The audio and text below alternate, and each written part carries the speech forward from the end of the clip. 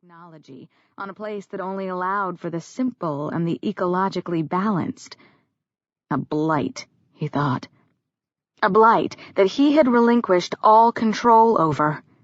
Anger, always simmering inside him these days, coiled even tighter around a guilt he couldn't banish. Damn it. He reached over the back seat, running his fingers through the coarse fur on Cricket's shoulders and murmuring words of endearment, as if his animal could absorb his pain.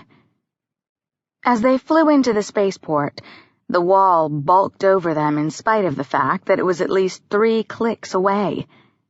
He knew that much. He'd negotiated the place, chosen which fields to sacrifice and which to hold on to, forced the invaders away from the spaceport. He hadn't thought to manage the vertical space the next could take.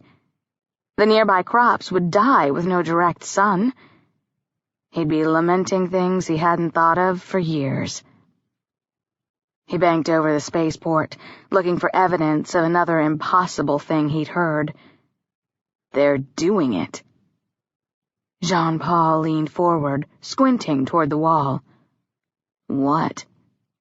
Melting their ships to build the wall. It's not melting, it's disassembly. No shit, but they're really doing it. Damned next. Destroying ships for a wall. The first few ships that Charlie had seen land were nowhere to be seen. None had taken off, but they weren't on the spaceport pad where they'd landed weeks ago. Another of the big, boxy ships was no better than a silver puddle on the ground, its base material sliding in a line toward the wall, as if it were water.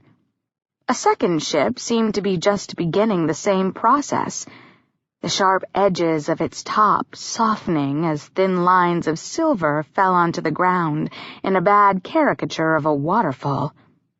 The uncanniness of it chilled him.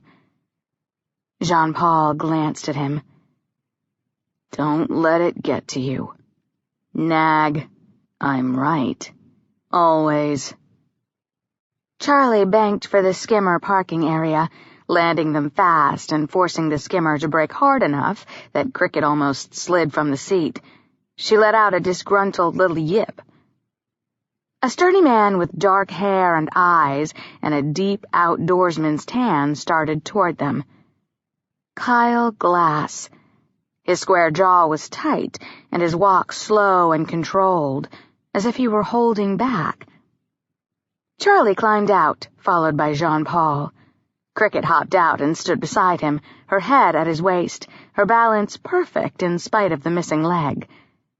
She nosed the air, her wide, dark eyes watchful. He stared at the Tongat long enough to give her a forceful stay command before he headed toward Kyle. While Charlie didn't prime his own weapon, he heard Jean-Paul slide his stunner open. His best friend, his defender. If it came to a fight, Charlie and Jean-Paul would protect each other. Far better not to fight. They'd all 3 been rangers together just a few years before, defenders of the wild plants and animals on the planet Lim, protectors and watchers who planted, purged, and recorded the great rewilding, who kept poachers away from this one natural place in the whole solar system. Charlie had risen into a command position at Wilding Station, Jean-Paul had stayed with him like glue, and Kyle had moved to a station near the farms.